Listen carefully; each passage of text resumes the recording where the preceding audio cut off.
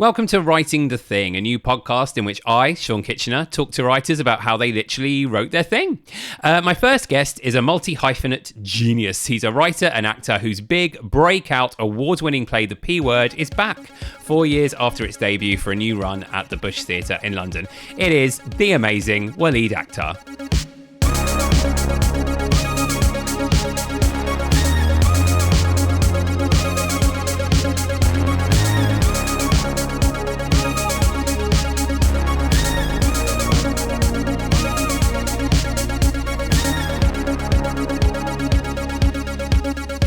So, right, bit about why we're here. I've written for the stage and for the screen, and it's a solo profession, which is a blessing in some ways, but a curse in others, because it can be rare to get to connect with other writers, to hear their stories, to properly chat to them about their work, how they got into it, crucially, how they got it made, and all that good stuff. So that's what this is, really. Basically just an excuse for me to chat to writers I'm inspired by, and beg them to teach me.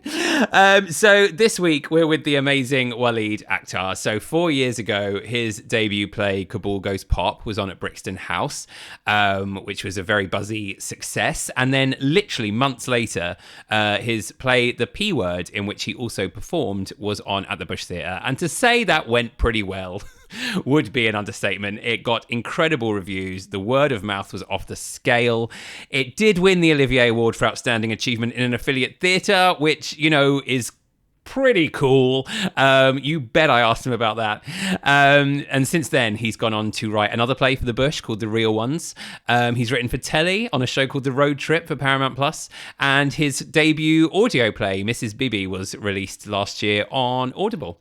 So for anyone who's not familiar with The P Word yet, in a nutshell, it's about two Pakistani men. One is a British Londoner, played by Waleed, and the other is a person seeking asylum. They meet on a night out. They don't necessarily get off on the right foot. That's mainly thanks to the attitude of Waleed's character Bilal, or Billy as he has rebranded himself.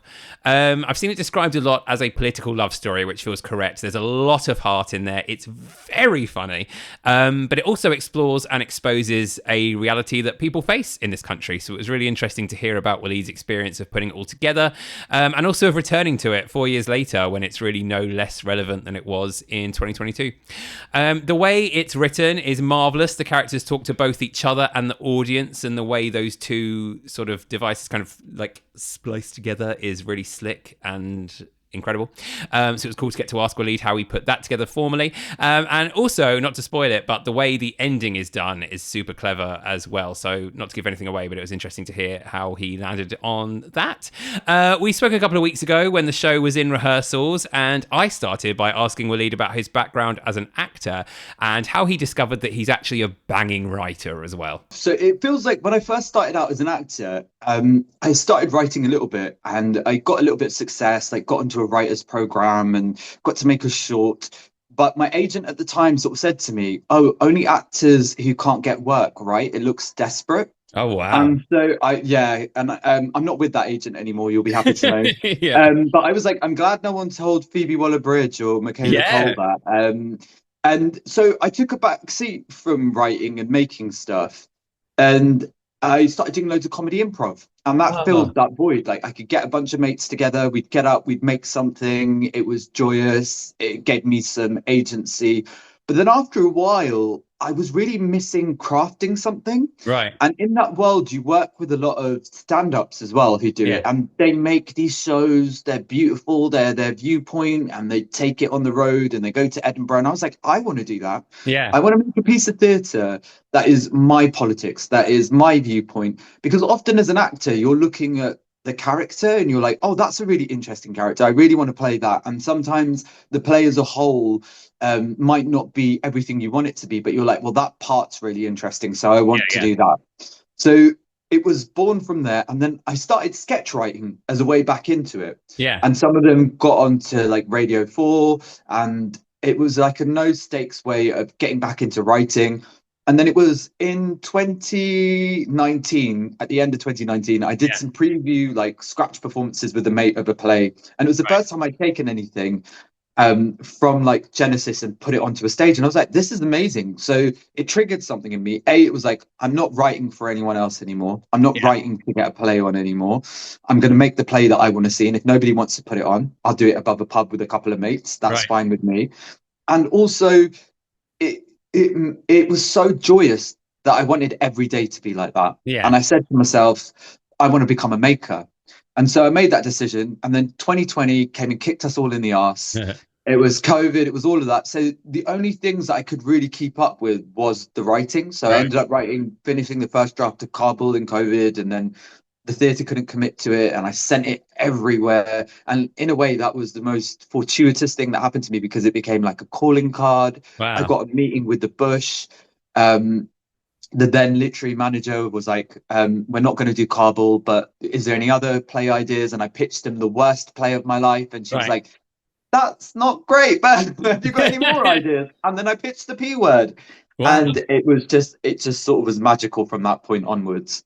Amazing. I can imagine. I didn't realize that you had got that background in that comedy background. That sounds like it must be really useful in terms of just like having the ability, like that improv and sketch kind of stuff, to just like throw ideas out there and just try it. Is that a skill that you get from there? Yeah, I feel like that's me in a nutshell. I have loads of ideas, so I'm bubbling Yeah. with them. In the one writer's room that I've done for TV, like I was just chucking ideas out there. And I was Yeah. like, they're not all going to be great, and you might not like most of them, but like here they all are. Yeah. And I'm like Yeah. this bundle of energy. Amazing. And so, yeah, and I think improv really opened up my writing, because I play all the characters in my head.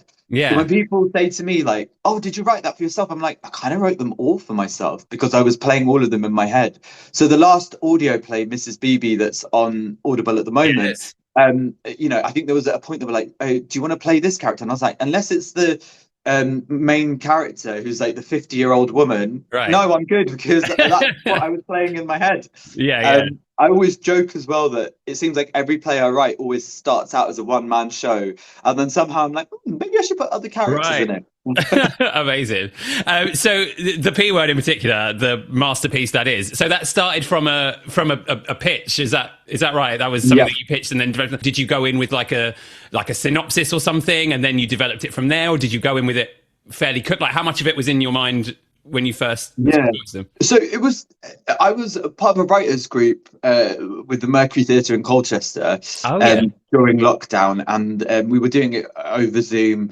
And it was Kenny Emson there who gave us this, like, who said something really simple, but it was so useful. He was like, write down your ideas. I Yeah. have 5 ideas, and one of those, and I look back on that document, and I think I'd made 3 of them into plays. Oh wow. So one of them was what became the P word. So I'd sort of thought about it a little bit, but it was in 2017 or 18 that a video went viral of a woman standing up on a plane to stop an Yes. asylum seeker being deported.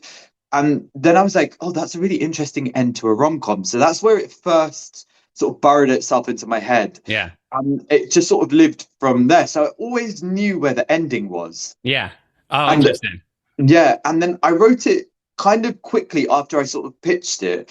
I wrote up a little summary, because they were like, we might be able to give you a seed commission. Right. And at that point in time, when I got that seed commission, it was the most amount of money anyone had ever paid me to write. Wow. Yeah. And I was like temping, and I was like, well, this is like a week or a week and a half's worth of wages. I'm just going to write it. Yeah. And Yeah. I did, and I sort of became possessed by it. And it's later on that I came across a quote from another writer who talked about how he writes. And it was that he has an ending and a sort of beginning, so he knows where he needs to go, and he Right. has as much fun as he can along the way. And that's sort Yeah. of what I did with the P word. Oh, And brilliant. so it was very quick. And then, as you know, writing is all about rewriting. Yeah. Yeah. And so it was that journey and process then of recrafting and recalibrating. And I was really fortunate to work with amazing people as well. So their input in the room, and like just having those people around to give me critiques, just made it this piece that it is. And Yeah. similarly now, making it current and updating it, we've not let it just be the static piece. There's a Right. new scene in there. There's some Ooh. updates. Still keeping the essence of what we got, because it works, but also making sure that the beautiful thing about theatre is that it's alive and it Yeah. keeps evolving, and that's what it should be. Yeah, amazing. Oh, that's exciting. There's new. That's so, Yeah. so I mean, exciting. I'm hoping like there's some real P-word geeks who are like, "Oh my God, what did Wait you a do? There's a second. new Yeah, yeah, thing." yeah. Yeah, I obviously sorry at the time I was digging it out yesterday and reading it Yeah. again. Like, my God, it's such a banger.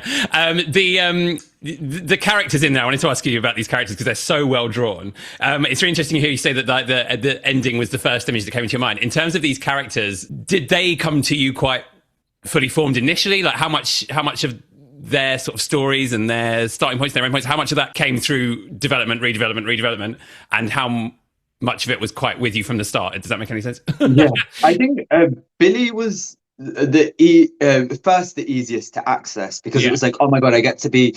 I love because I suppose in real life I'm like I'm a nice person. Right. I'm a good guy. I like to think, and so then getting to like delve into Billy, who's so problematic, just Yeah. says what he wants, is like chaotic in the best possible way, was so much fun. And then I think maybe with Zuffer, I was also a bit more earnest because I was like, oh, I really have to hold this story and what I'm trying to tell through that character. But then it became important as well that Zephyr not feel like he's some sort of an angel and that he Yeah. have like naughtiness and a bit of messiness and all of that as well. So yeah, and there would be drafts where like one of the characters would like come on leaps and bounds. It was like, oh no, now we need to focus back on Billy and now we need Right. to focus back on Zephyr. But yeah, they just and like and writing some of the updates, it's like returning to old friends now. Right. I remember seeing a version of it in Vienna and in Sweden, and Wow. yeah, I was blown away. I sort of went and it was like, oh my God, my old mates. It was like Yeah. that kind of a vibe, and it was really interesting seeing a whole different take on Billy and Oh God, I Zufford bet. and how people have taken your words. Yeah, it was really brilliant, and so they were sort of it was a bit of a both. It was a balancing act, but yeah, they were both there from the start. But it Yeah. also, as you know, rewriting and reacquainting and sort of figuring out what they need, and then they take on a life of their own. Yeah, yeah, it is hard, isn't it? I got some notes back on a draft yesterday, and it was like this character has become like a bit of a too much of like a this is the bad character, which is I was like, oh Yeah. my God, you're so right. Like it's a constant push pull, isn't it? The way it's constructed as well is so well done. Like the mixture of the narration and the dialogue with each other. How much of that have you discovered in the room or in on its feet, and how much of that is just you with your laptop being brilliant? Oh, I'm going to now say it was 100% me being brilliant. Yeah, Yeah, I think for the form wise, it was definitely like at the point of writing. So, because I was really interested in having these two separate stories, and then I always knew that like I wanted it to maybe feel like these monologues to begin with, and then when yeah, they come crashing into each other's world, that to fall away, and then they're sort of there. And I think the first draft it was very strictly that, and then it was right. like, oh no, actually, it does need moments where they still speak to us because we can't drop that form straight Okay. away. And then I sort of knew because of what the ending, without sort of giving any like spoilers, Yeah, is that we then want to drop all artifice and it's just two people. yeah, And so it was always taking us on that journey where we have these two separate stories, and then by the end, we're just plonked ourselves down with these two people right in front of us, and the yeah. artifice has been dropped. It was always apparent to me that I wanted a happy ending because we were Mm. coming out of lockdown, and also I've got to that age like when I was younger I was like, oh, anyone who gave me a happy ending I was like, oh, that's such a cop out. Now I'm like, can everyone just fall in love and be happy, please? Yeah, yeah, That's all I want in life. I want that for myself and I want that for everybody else. yeah, But it was also like it's not true, so I always knew that I wanted to undercut the ending as well, so some of the formal stuff was always there. I yeah, think the thing of when we got it on its feet was more kind of ironing things out, like dialogue wise, and also maybe just being able to see more of an arc of like, does the story need anything else? yeah, And yeah, also I got to have beautiful conversations with people and really challenge my own ideas. Like in one of the transitions, there's a moment where Zephyr's character prays, and yeah. I didn't want it in the play just because I was like, a lot of plays I've seen, they just chuck in someone reading namaz or praying because it's like a Muslim play and that's what Muslims do, right? And then I had this conversation with Anthony, the director, and he was like, is it because you don't want these characters, you're afraid of like they're being religious, you know, they're being religious? And I was like, let me go away and think about that. And then actually when I thought about it, it was like, it's not that queer characters are praying, it's more that it's not seeded. We never Right. talk about Zephyr praying. He never goes off to pray. And so then it led to a beautiful moment where he talks about wanting to pray more. And Right. it then springboards this moment where they both talk about the religion quite explicitly. And Yeah. it's one of my favorite moments in the play. And that only came from that conversation in the room and us, me challenging something and then being challenged back. So that's one of the beautiful things that comes out of a play when you're there and you've got it up on its feet. It's that Yeah. level of detail, I think. Oh, nice. I know did other fantastic stuff since then that you haven't been in. How is that? You've had these brilliant moments in the rehearsal room. How do you find it? How have you found it since then with your next play at the Bush, which you weren't in? Luckily, just because of the way that I work with Anthony, he directed the real ones as well, which is the play on After the P Word at the Bush. We have quite a collaborative relationship, so I was in the room quite a lot. And also with that one, because now people are always like, are you going to be in this one? Or are you thinking of being in this one? I'm just treating it with a very soft touch and being like, what does this piece require? Yeah. Does it need me as an actor? Does it need me as a director? Does it need me as a producer? Or does it need me just as a writer? Or maybe it's not as a writer and it's as an actor. Like, so I constantly think of all those things. And with the real ones, it really felt like I need to be the writer in the room. Right. Yeah. Because I'd written it quite quickly.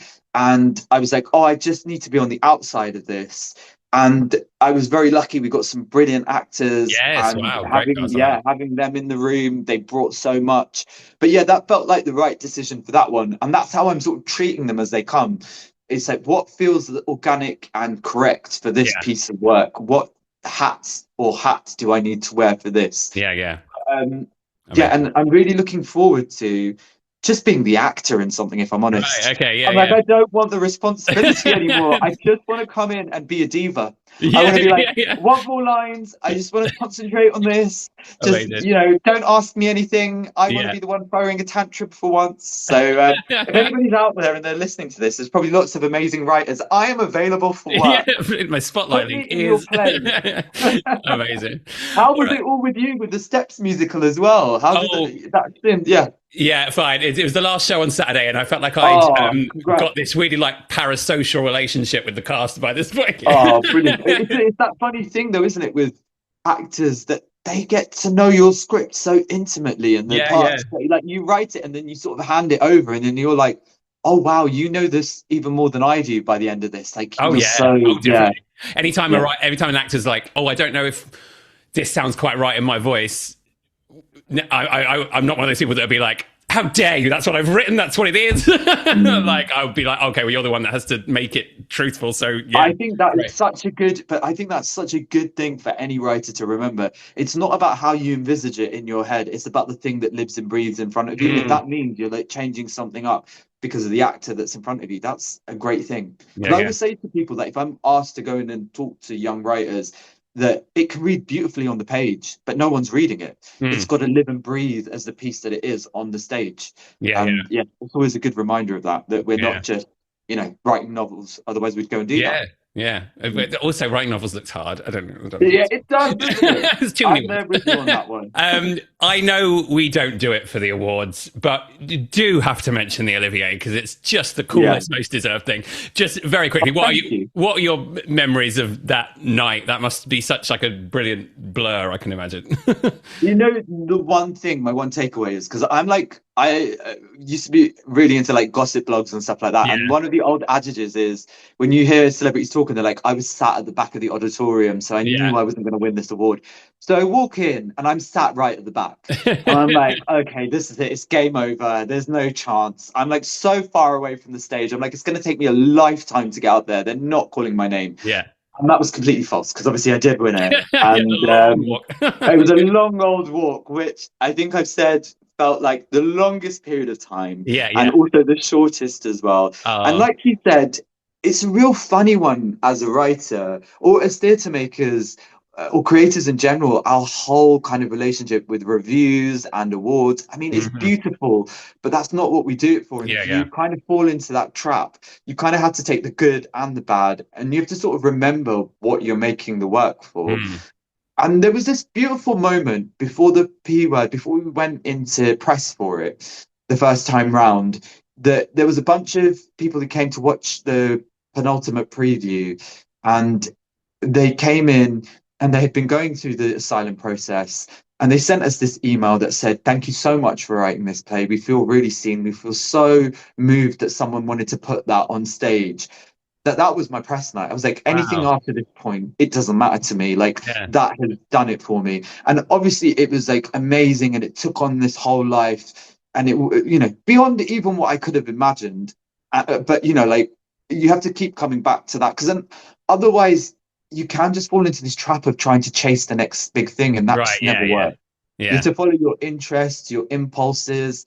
It was even with the play I wrote for Audible. Like, I Yeah. could have come with a big Audible idea and made it, I don't know, like a heist thriller or something. But it was like, no, I want to tell this small story about a woman who is dealing with the loss of her mother, and whether she sees her one more time because they're estranged. And it wasn't the most like Amazon Audible idea, but it was the Right. thing that was possessing me.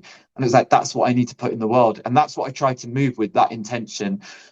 But having said all of that, yeah, it was bloody brilliant winning an award. But also, it was great, It which was is great. absolutely But fantastic. I'm gonna be honest with you as well. I've probably lost more than I've won. So in Oh yeah, oh everyone's yeah. Oh, mind, who yeah, they're cares? all like, "Yeah, you're always winning awards," and I'm like, "No, I'm probably always losing them." Yeah, yeah, yeah. Oh, it's great. No, it's fantastic.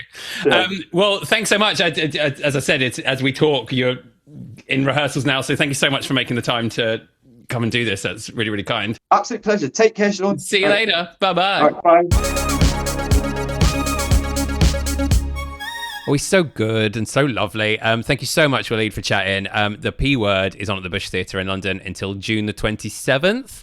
And if you can't make it down, you can also buy the playtext, which I would highly recommend reading, as well as seeing it in the flesh. I'll just wrap up then by gassing about some good stuff that I've been watching recently that I would love to recommend. I feel like I'm the last person in the world to get round to this show, but it has only just landed in the UK, to be fair, not too long ago, on HBO Max. The Pit, new US medical drama, Noah Wiley. It's getting a lot of comparisons to ER.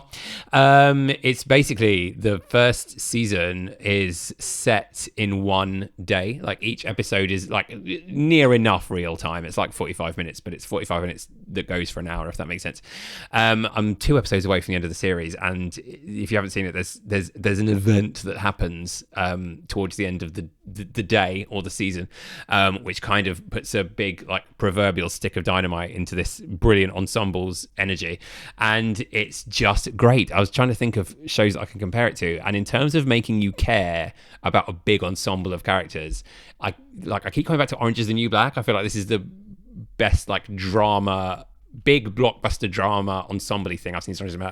I've also learned I'm very squeamish because there's a lot of medical stuff in there, and I'm like this with every medical show: Casualty, Grey's Anatomy, you name it. I'm very squeamish, but if you can watch some of it through your fingers, highly recommend. I've also just finished The Cage, which is a recent BBC sort of thriller with our national treasure Sheridan Smith, written by Tony Schumacher. It's only 5 episodes, but it's really great. It's set in a casino in Liverpool, and 2 of its employees are sort of stealing money from it, but we like them stealing money from it because they desperately need it, you see. But they don't realize, or they soon realize, that they're part of this whole wider thing with scary people and threats and coppers and all that fun stuff. But it's really cool, and it's really tight at 5 episodes. I didn't realize it was 5 episodes. I thought it was 6, and then halfway through the last episode I was like, wait a second, is there more to come after this? And there wasn't. It was ended really nicely. Not nicely as in like happy or sad, you know what I mean? It was like it came to a lovely conclusion, a satisfying conclusion, that's what I mean. I've also recently watched Missed Call on Channel 5, which is written by Matthew Thomas, Sally Abbott, and Paul Matthew Thompson. It's Joanna Scanlon, guys. Basically, the whole premise, which is so cool, well, not cool, it's terrifying, but she wakes up in the night with her daughter away on a sort of a trip, and her daughter's trying to reach her at the early hours of the morning, and she just misses the call, and then she never hears from her again. And it's basically just taps into the absolute horror of like, oh my god, I just missed that call, I have no idea what's happened to her, I can't reach her, what the hell is happening? And obviously Joanna Scanlon is great, and the supporting cast is all great, so that's a really good watch. And also, on the lighter side, it's just fun to have Smoggy Queens back, isn't it? Phil Dunning's marvellous set of Queerdos. Only seen the first 2 episodes so far, but absolutely great. Second episode in particular, I just absolutely love. And actually, Lauren Redding, who's in that, has also recently been in the Bank of Dave musical at the Curve, which I really loved. That will have finished, sadly, by the time this goes out, but hopefully it'll be back at some point. That's written by Rob Madge, music by Pippa Cleary. So that's a great recommendation too, even though it's already finished. So yeah, thank you so much for listening to the first episode of Writing the Thing.